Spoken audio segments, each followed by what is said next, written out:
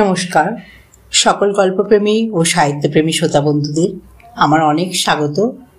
আমার আজকের নিবেদন মানিক বন্দ্যোপাধ্যায়ের একটি ছোট গল্প পোড়া কপালি। কোচে ছেলে লইয়া সংসারের সব কাজ করিতে কুসুমের হিমশিম লাগিয়া যায়। ছেলেটাও হইয়াছে আচ্ছা, কাজের সময় চোখে ওর একদম ঘুম নেই। কাঁথায় চিৎ করিয়া শোয়াইয়া দিলে ও বাড়ি সুশীলার ছেলের মতো একটু যে খেলা করিয়ে তাও নয়, কোল হইতে নামাইলেই কান্না। সংসার অবশ্য ছোট, শুধু স্বামী তারও, কিন্তু যত ছোট হোক সংসার তো সবই করিতে হয়। সকালে উঠিয়া ঘর লেপা, বাসন মাজা, উনুন ধরানো, তারকে চা জল খাবার করিয়ে দেওয়া, ছেলেকে দুধ খাওয়ানো, 9টার মধ্যে রান্না শেষ করা। এর কোনো কাজটা একদিন বাদ দিলে চলে? কে বলিতে পারে বলুক দেখি। এ তো গেল একবেলার বড় বড় কাজের হিসাব। খুঁটিনাটি কাজ অমন হাজারটা আছে। সামান্য এক গ্লাস জল ভরিয়া দেওয়ার কথাটাই ধরো। কোথায় গেলাস আছে খুঁজিয়া আনো, কলসির কাছে গিয়া জল করাও, যে জল চাইয়াছে তার কাছে পৌঁছাইয়া দাও, গেলাস খালি করিয়া দেওয়া পর্যন্ত দাঁড়াইয়া থাকো, তারপর যেখানকার গেলাস সেখানে রাখিয়া এসো। তবে ওই সামান্য কাজের পরিসমাপ্তি। ছেলে কোলে মানুষ অত করিতে পারে? তবু সবই করিতে হয়। চাকর বামন রাখিবার সামর্থ্য নাই। খোকা হইবার পর হইতেই কুসুমের শরীরটাও ভালো যাইতেছে না। মাঝে তো কদিন খুব জ্বরেই ভুগিল। সকালবেলা বিছানা ছাড়িয়া উঠিতে আজকাল তার বড় কষ্ট হয়। প্রত্যেক দিন শেষবেলা তার বুক জ্বলে ও সন্ধ্যার সময় মাথা ধরে। মাথার যন্ত্রণাটাই সবচেয়ে অসহ্য। মনে হয় গলা ছিঁড়িয়া মাথাটা টিপ করিয়া মাটিতে পড়িয়া যাইবে, এত ভারী। গেলেও যেন বাঁচা যায়। মাথা তো আছে সকলেরই, মাথা লইয়া এমন ভোগান্তি হয় কাহার? তারক অবশ্য বলে, একটা তেল টেল এনে দিই কুসুম, চুল যে সব উঠে গেল। তেলের দাম কুসুমের অজানা নয়। 1 টাকায় এই এতটুকু একটা শিশি। মাথার তেল মাথার জন্য সে বুঝি, তার খোকার দুধ নেওয়া বন্ধ করিবে? পোড়া কপাল আমার। তেলের জন্য বুঝি বুড়ি বউকে আর আদর টাদর করো না, মনের দুঃখে তাই চুল উঠে যাচ্ছে। তারক ভারী বউ পাগলা লোক। রূপকথার রাজপুত্রের মতো সে যেন 7 সমুদ্র 13 নদী পার হইয়া, অনেক বাধা বিপত্তি জয় করিয়া, অনেক দুঃখ কষ্ট পাইয়া তার রাজকন্যাকে মাত্র কাল পরশু উদ্ধার করিয়া আনিয়াছে। 4 বছরের পুরনো বউকে সে এত ভালোবাসে। সেদিনের জ্বরের কথাটাই কুসুম ভাবে। সে মরিতে বসে নাই, তবু নাওয়া খাওয়া ঘুমের কামাই তো ছোট কথা, আপিস কামাই হইতেও তারকের বাকি ছিল না। এত বেশি ভালোবাসার আওতায় কুসুম যেন কেমন হইয়া গিয়াছে। লতাকে ঢাকিয়া রাখিয়াছে মেঘেরই ছায়া। রোদ আর গায়ে লাগিতে পায় না। সাধারণ গৃহস্থ ঘরের মেয়ে সে। তার মামার বাড়ি চিরকাল মাটির প্রদীপ জ্বলিত। অত্যন্ত শান্ত আবেষ্টনের মধ্যে সে মানুষ হইয়াছে। হৃদয়ের কারবার সেখানে ছিল ঢিমে এবং সংক্ষিপ্ত। খানিক ভালোবাসা, খানিক লাঞ্ছনা, খানিক অবহেলা, অশ্রদ্ধা, অনভ্যস্ত তীব্র অনুভূতি তার সয় না। সে ঝর্ণার ধারে ছোট চারা গাছ, আসিয়া পড়িয়াছে প্রকাণ্ড নদীর ধারে, যে নদীতে 12 মাসই বন্যা। কুসুমকে আজকাল অনেক সময় আপন মনে বিড়বিড় করিয়া বকিতে শোনা যায়। আপন মনে বকে বলিয়া কুসুমের যে মাথা খারাপ হইয়া গিয়াছে তাহা নয়। জীবন তার আবেগের অভাব নাই। এদিকে তাহাকে বড় একা থাকিতে হয়। সকালে তারও পাড়ার একটা ছেলেকে পড়ায়, তারপরেই তাকে আপিসে যাইতে হয়। মারোয়ারি সওদাগরের আপিসে, বাঙালি কেরানি। সন্ধ্যা অনেক পরে সে বাড়ি ফেরে। সারাদিন কুসুমকে মুখ বুজিয়া থাকিতে হয়। কথা বলিবার লোক নাই। দুপুরবেলায় কোনো কাজ থাকে না কিনা খোকা তাই সেই সময়টাই পড়িয়া পড়িয়া ঘুমায়। লেখাপড়া কুসুম ভালো জানে না। কখনো বাড়িতে মাসিক পত্র আসলে 3 দিনের চেষ্টায় একটা গল্প শেষ করে। সুতরাং ধৈর্যও থাকে না, রসও পায় না। আজকালকার গল্পে যেরকম চালাকি, এক নিঃশ্বাসে পড়িয়া ফেলিতে না পারিলে বোকাই বনিয়া যাইতে হয়। বাড়িতে যে একটা পোষা পাখি নাই, ইহাও কুসুমের কাছে অভাবের সামিল। তারক পাখি কিনিয়া দিতে চায়, কিন্তু কুসুম মাথা নাড়ে, বলে না, আর পাখি পুষব না। তার একটা সাদা ধবধবে কাকাতুয়া ছিল, মরিয়া গিয়াছে। পাখি পুষুক, পাখি নড়ুক, আর কাশে কাঁদিয়া সারা হোক, তার অত শখ নাই। এমনিভাবেই কাজে ফিরে হিমশিম খাইয়া আর কাজের অভাবে ছটপট করিয়া মহা দারিদ্র্যের মধ্যে পরম সুখে কুসুমের দিন যাইতেছিল। হঠাৎ ইতিমধ্যে তারক একদিন আপিস হইতে 2 পকেটে 2 শিশি মাথার তেল আর দেহে অস্বস্তি লইয়া বাড়ি ফিরিল। তার কয়েকটা টাকা মাইনা বাইরিয়াছে। কুসুম বলিল, ওমা, এ কি 2 শিশি তেল তুমি কোন হিসেবে আনলে? 2 টাকা না, 14 আনা করে নিয়েছে। 14 আনায় 1 টাকায় তফাৎ বাড়ি। আচ্ছা, মাইনে বেড়েছে, না হয় এনেছো একটা জিনিস শখ করে, একসঙ্গে 2টো কিনতে গেলে কেন? আবার আনা হয় কি না হয়, ও তোমার 2 মাসেই ফুরিয়ে যাবে। দেখো, 2 মাসে 2 শিশি তেল মাখে, কত বড় লোক। হাসি ভরা মুখখানা কাত করিয়া কুসুম একটু ভাবিল, বলিল, মাইনে বেড়েছে তোমার, তেল পেলাম আমি। তোমার তো কিছু পাওয়া উচিত, তোমায় আজ লুচি খাওয়াবো। তারকের শরীর খুব খারাপ লাগিতেছিল। দুপুরবেলা অফিসে সে একবার বমি করিয়াছে, বোধহয় জ্বর হইবে। লুচির নাম শুনিয়াই তার আবার বমি আসিতেছিল, কিন্তু কুসুমের আগ্রহ দেখিয়া সে আপত্তি করিতে পারিল না। খাবে না, শরীর খারাপ, বলিতে বলিতেই ওর দীর্ঘস্থায়ী অনির্বচনীয় হাসিটি একেবারে মুছিয়া যাইবে। তাছাড়া জ্বর এখনো আসে নাই, আসিবে কিনা তাহাও অনুমান মাত্র। যখন আসিবে তখন দেখা যাইবে, এখন তো কুসুম হাসি মুখে লুচি ভাজুক। কুসুম তাড়াতাড়ি ময়দা মাখিয়া লেচি পাকাইয়া উনুন ধরাইয়া ফেলিল।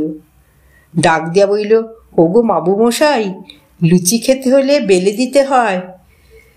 তারক দাওয়ায় তামাক টানিতেছিল, মুখাটা দেয়ালে ঠেস দিয়া রাখিতে গিয়া গড়াইয়া পড়িয়া গেল। খোলা বাতাসের সংস্পর্শে ছাইয়ের আবরণ সরিয়া গিয়া টিকাগুলি জল জল করিতে লাগিল। ছেঁড়া চটি দিয়া ঘষিয়া তারক টিকাগুলি গুঁড়া করিয়া দিল। অনেকগুলো আগুনের কণা উড়িয়া উঠানে অপর পাশে গিয়া পড়িল। তারকের থুতুতেও কয়েকটা ছোট ছোট কালো ছিদ্র হইয়া গেল। হুঁকাটা সোজা করিয়া রাখিয়া বিরক্ত তারক আপন মনে বলিল, কি তেজ ওইটুকু আগুনের। এদিকে রান্নাঘরে কুসুম ব্যস্ত হইয়া উঠিয়াছে। কই গো, এলে? লুচি তোমায় বেলতে হবে না বাবু, এখানে এসে শুধু বসো, 2টো কথাবার্তা কই।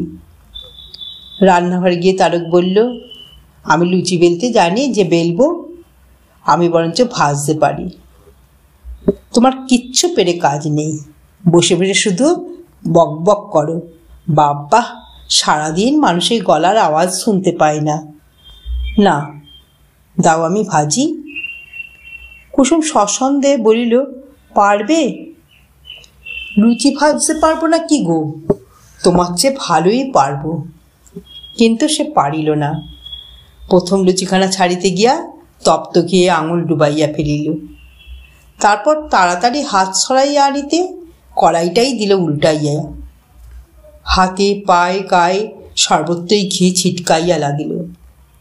সর্বাপেক্ষা জখম হইল তাহার ডান পাটি। দেখিতে দেখিতে সমস্ত পায়ের পাতা জুড়িয়া এক প্রকাণ্ড ফোসকা পড়িয়া গেল। দেখিলে ভয় করে। তারকের ফোসকাগুলি আর সারিল না, কারণ সেই রাত্রেই তার খুব জ্বর হইল। ডাক্তারি ভাষায় যে জ্বরকে মেলিগন্যান্ট বলে, এবং ফোসকা সারবার ঢের আগে সে গেল মরিয়া। শেষ রাত্রে সে মারা গেল। লোকজন জুটাইয়া খাটুলি ইত্যাদি আনিয়া তাকে শ্মশানে লইয়া যাইতে যাইতে পরদিন বেলা 11টা বাজিয়া গেল। সেদিন দারুণ দুর্যোগ করিয়াছে। সকাল হইতে ঝড় বৃষ্টির কামাই ছিল না। একটা মানুষকে ভালো করিয়া পুড়াইতে যত কাঠ দরকার তত কাঠ সংগ্রহ করা গেল না। চিতায় শোয়ানোর পর তারকের শরীরে কিছু কিছু অনাবৃত রইয়া গেল। মুখাগ্নি করিল কুসুম। চিতার খুব কাছে এসে দাঁড়াইয়াছিল। চিতা ভালো করিয়া জ্বলিয়া উঠিলে যতটুকু সরিয়া গেলে আগুনের তাপ সহ্য হয় ততটুকুই সে সরিয়া গেল। তার চোখে জল নাই, সম্ভবত আগুনের তাতেই শুকাইয়া গিয়াছে।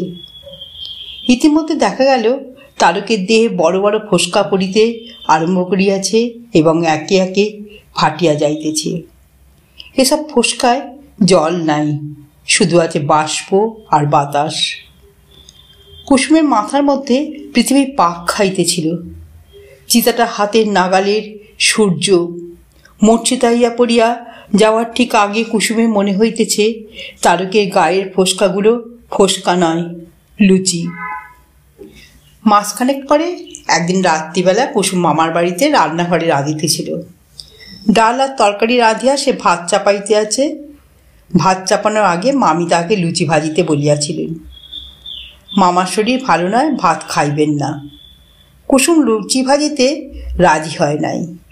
ভয় বিবর্ণ হইয়া বলিয়াছিল, আর যা বলবেন সব আমি করব মামিমা, লুচি ভাজতে পারবো না। কি করে যে মুখের পর পারবো না বলিস বাছা বুঝতে পারি না। একে ওর সর্দি, এই বাদলাতে ভাত খেয়ে যদি অসুখ করে। ভাজতে না পারিস, ময়দাটা তো মাখতে পারবি না? তাও পারবি না। কুসুম ময়দা মাখিয়া দিয়াছিল। মাখিতে মাখিতে তারকের অকাল মৃত্যুর জন্য নিজেকে দৈনন্দিন হিসাবের চেয়ে একটু বেশি রকম দায়ী করিয়া ফেলিয়াছিল। শ্মশানের মূর্ছা ঘরে আসিয়া ভাঙিবার পর যে আত্মগ্লানির জন্য সে কাঁদে নাই, এসেই আত্মনির্যাতন। স্বামীকে দেওয়া সিঁদুর আনাইতে নাই, এটা কুসুম জানিত। আজকাল তার ধারণা হইয়াছে বিশুদ্ধবারের বারবেলায় স্বামী মাথার তেল আনিয়া দিলেও অমঙ্গল হয়। এ বিষয়ে কুসুমের যুক্তিও আছে। সিঁদুর পরে সদবা, তেলও সদবাই মাকে। দেবতার প্রসাদে তেল সিঁদুরই সদবা সবচেয়ে কাম্য। এ বিষয়ে সে কিন্তু একেবারে নিঃসন্দেহ নয়। তারক আরও কয়েকবার তাহাকে তেল কিনিয়া দিয়াছে, কখনো তো কিছু হয় নাই। গরম ঘিয়ে পা পুড়িয়া না গেলে তারকের যে অত জ্বর হইত না, ইহাতে কুসুম লেশমাত্র সন্দেহ করে না। ম্যালেরিয়া ওরকম হয়, সে নিজে কত ম্যালেরিয়ায় ভুগিয়াছে। ম্যালেরিয়ার মানুষ 3 দিনে মারা যায় না। তারপর তারকের ভালো মতো চিকিৎসাও হয় নাই। কোথা দিয়া কি হইয়া গেল, চিকিৎসার সময়ও যেন পাওয়া গেল না। পোস্ট অফিসের টাকা জমানো রইল, গায়ের গহনা বাঁধা পড়িল না। বড় বড় ডাক্তারেরা তারককে দেখার সময়টা অবসর হিসেবে যাপন করিল। এটুকু নিরীহ দুর্বল প্রতিবাদ করিয়াই সে হইল বিধবা। উনুনটা চমৎকার জ্বলিতেছে। রান্নাঘরে এক করে জমা করিয়া রাখার দরুন এই বাদলেও কাঠগুলো শুকনো খটখটে হইয়া আছে। পিনিতে উবু হইয়া বসিয়া কুসুম মহাবিষ্টার মতো আগুনের দিকে চাহিয়া রইল। কি রং আগুনের! কুসুম কতকাল দুবেলা উনুন জ্বালাইয়া রান্না করিয়াছে। এখন স্থূল অগ্নিশিখায় এমন গাঢ় রঙের আবির্ভাব সে কখনো দেখে নাই, তারকে চিতায়ও না। ওদিকে মামি লুচি ভাজিতেছিলেন। ঘিয়ের গন্ধে কুসুমের কষ্ট হইতে লাগিল। আগুনের অভূতপূর্ব রূপ সম্বন্ধে সম্পূর্ণ সচেতন থাকিয়াও ঘিয়ের গন্ধে সর্বাঙ্গে যে অস্বস্তিকর অনুভূতি হইতেছিল তাহাও সে উপলব্ধি করিতে পারিল। হঠাৎ রোমাঞ্চ হইয়া তার হাড়ের ভিতর পর্যন্ত শিরশির করিয়া উঠিল। কুসুম খুব রোগা হইয়া গিয়াছে। দেহে মনে সুস্থ থাকার পক্ষে তার কতগুলি গুরুতর অসুবিধা উপস্থিত হইয়াছে। কয়েক মাসের মধ্যে পৃথিবী তার কাছে আর একটি মানুষ আদায় করিবে। বৈধ জীবনটা এই অবস্থায় উপযোগী নয়। রাত্রে তার ভালো ঘুম হয় না। শোক, অন্ধকার, ঘুমন্ত খোকা আর খানিকটা পাগলামি আজকাল কুসুমের রাত্রির সম্পদ। শোক তাকে থাকিয়া থাকিয়া কাঁদায়। অন্ধকার তাহাকে ভয় দেখায়, খোকা তাহাকে বিরক্ত করে, আর পাগলামি তাহাকে জাগাইয়া রাখে। তার পাগলামি এইরূপ, সে মনে করে তারকের সঙ্গে গল্প করিয়া সে যত রাত জাগিত, এখন তারকের জন্য শোক করিয়া তার চেয়ে ঢের বেশি রাত জাগা উচিত। ঘুম আসিলেও সে তাই ঘুমায় না। ঘুমকে ঠেকানো তার পক্ষে কঠিন নয়। তারকের সোনার রং কেমন করিয়া পুড়িয়া কালো হইয়া ফোসকা পড়িয়াছিল, সেই দৃশ্যটা কল্পনা করিলেই হইল। ঘুমের আর চিহ্নমাত্র থাকে না। মামির বড় মেয়ে বাটি নিতে আসিয়া বলিল, কত কাঠ গুঁজেছিস কুসুম, একদিনে সব পুড়িয়ে শেষ করবে নাকি? আনমনে গুঁজে ফেলেছি দিদি। কুসুম ৩-৪খানা কাঠ টানিয়া বাইর করিয়া জল ছিটাইয়া নিবাইয়া উনুনের পাশে রাখিল। ধোঁয়ায় তার চোখ কটকট করিয়া জল পড়িতে লাগিল। জ্বলন্ত কাঠ ভালো করিয়া না নিবাইলে যেমন ধোঁয়া হয়, তেমনি একটা বিশ্রী শ্মশানাশ্রয়ী গন্ধ ছাড়ে। ধোঁয়ার ছলনায় নয়, প্রকাশ্যে এবং গোপনে কুসুম আজকাল খুব কাঁদে। তার চোখের জল জমাইয়া রাখিলে একটা বাটি ভরিয়া যাইত। মুছিয়া মুছিয়া চোখ শুকনো হইলে কুসুম চাইয়া দেখিল ভারী একটা বিপদের সূত্রপাত হইয়াছে। উনুনের পাশে একাটি পাটকাঠি বেড়ায় ঠেস দিয়া রাখা হইয়াছিল।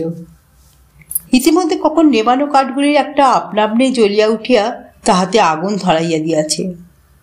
কয়েক মিনিটের মধ্যে এই আগুন বেড়ায় লাগিবে এবং দেখিতে দেখিতে খড়ের ছাল জ্বলিয়া উঠিবে। বিশ্বের চালের উপরিভাগ অবশ্য ভিজিয়া আছে, কিন্তু আগুনকে ঠাকাইবার ক্ষমতা তাহার নাই। রান্নাঘরের চাল একবার জ্বলিয়া উঠিতে পারিলে বাড়ি অন্য ঘরগুলিকেও দলে টানিবে। পাশের মুকুজ্জে বাড়ি রেহাই পাইবে না। সরকারদের বাড়িটাও মুকুজ্জে বাড়ির লাগোয়া। পাটকাঠিগুলির মধ্যে সদ্য জাগ্রত এই ভীরু ও দ্বিধাগ্রস্ত শিশু অগ্নিদেবতাটি আজ পাড়ায় লঙ্কাকাণ্ড না করিয়া ছাড়িবে না। ব্যাপারটা কুসুম চমৎকার কল্পনা করিতে পারে। একটা বিরাট বিশ্বগ্রাসী চিতা, এক রাত্রে একসঙ্গে এক রাশি মানুষের সর্বনাশ।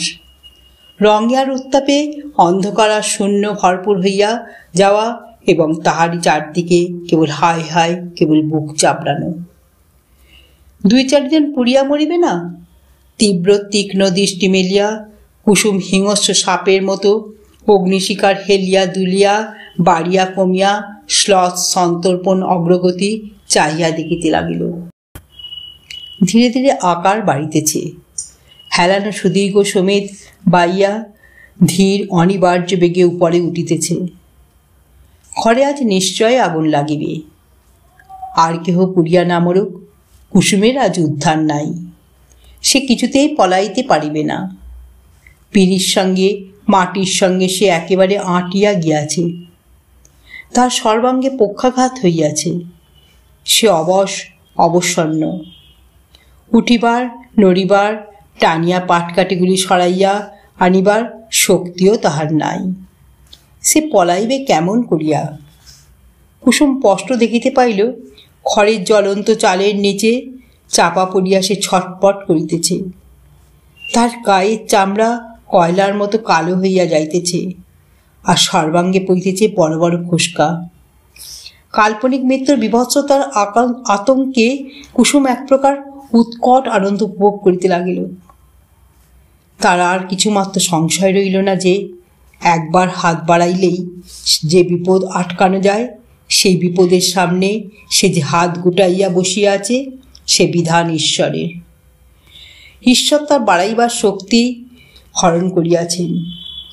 সে সতী কিনা বিলম্বিত সহমরণকে নিজেও তাই ঠেকাইতে পারিতেছে না।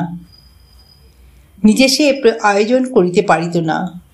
তার আত্মহত্যার মধ্যে শুধু আত্মহত্যার পাপ নয়, নরহত্যার পাপও আছে। কিন্তু খড়ে আগুন লাগিয়া পুড়িয়া মরাতে আর তার হাত কি? সেজন্য তাহাকে নরকে যাইতে হইবে না, কাহারও কাছে কোনো কৈফিয়ত দিতে হইবে না। হাসিতে হাসিতে সে স্বর্গে তারকের কাছে চলিয়া যাইবে। 35 দিনের বেশি সে যে বিধবা হইয়া থাকিল না, ইহার গৌরবে মুগ্ধ হইয়া লোকে ধন্য ধন্য করিবে। খোকার কথা কুসুম ভাবিয়াছে। মামির ছোট ছেলেটি আর নাতি নাতনির সঙ্গে সে শুইয়াছে। তাদের সঙ্গে ওকেও সকলে সরাইয়া লইবে নিশ্চয়। কোলের ছেলে তার মরিবে না। কষ্ট অবশ্য সে অনেক পাইবে, কিন্তু তা বিধাতার ইচ্ছা। কুসুমের ওতে হাত নাই। মার মরণের ব্যবস্থা আজ যিনি করিলেন, মার ছেলের বাঁচার ব্যবস্থাও তিনিই করিবেন। কুসুমের মাথার যত চুল তত কাল ধরিয়া করিবেন। এতক্ষণে আগুন আঁটি বাঁধা প্যাঁকাটির মাঝে মাঝে পৌঁছিয়াছে এবং বেশ জোরেই চলিতেছে। এখানটা ভালো করিয়া পুড়িয়া যাইতেই প্যাঁকাটিগুলি ভাঙিয়া নিচে পড়িয়া গেল। ঘরে যে আগুন আজ লাগিবেই তাহার আর তেমন নিশ্চয়তা রইল না। পুড়িতে পুড়িতে একসময় আগুন নিবিয়া গেল। অবশিষ্ট রইল খানিকটা ছাই, কিছু জ্বলন্ত কয়লা আর কয়েক টুকরো প্যাঁকাটি। কুসুমের মনে হইল যে খুব বেদনা পাইয়াছে, ভারী হতাশ হইয়াছে। রান্নার খুন্তিটা দিয়া সে তার স্থূল আকাঙ্ক্ষার দগ্ধাবশেষগুলি নাড়িতে লাগিল। ছাইয়ের ভিতর হইতে বাহির হইয়া পড়িল আধ পোড়া একটা তেলা পোকা। পোড়া কপালই এখানেই সমাপ্ত হল। যদি শ্রোতা বন্ধুদের আমার গল্প পাঠ ভালো লেগে থাকে তাহলে অবশ্যই চ্যানেলটিকে সাবস্ক্রাইব করে পাশে থাকা বেল আইকনকে প্রেস করে অল করে দেবেন। তাই যখনই আমি নিত্য নতুন গল্প আপলোড করব আপনারা সঙ্গে সঙ্গে পেয়ে যাবেন। আপনারা সবাই খুব ভালো থাকবেন। নমস্কার।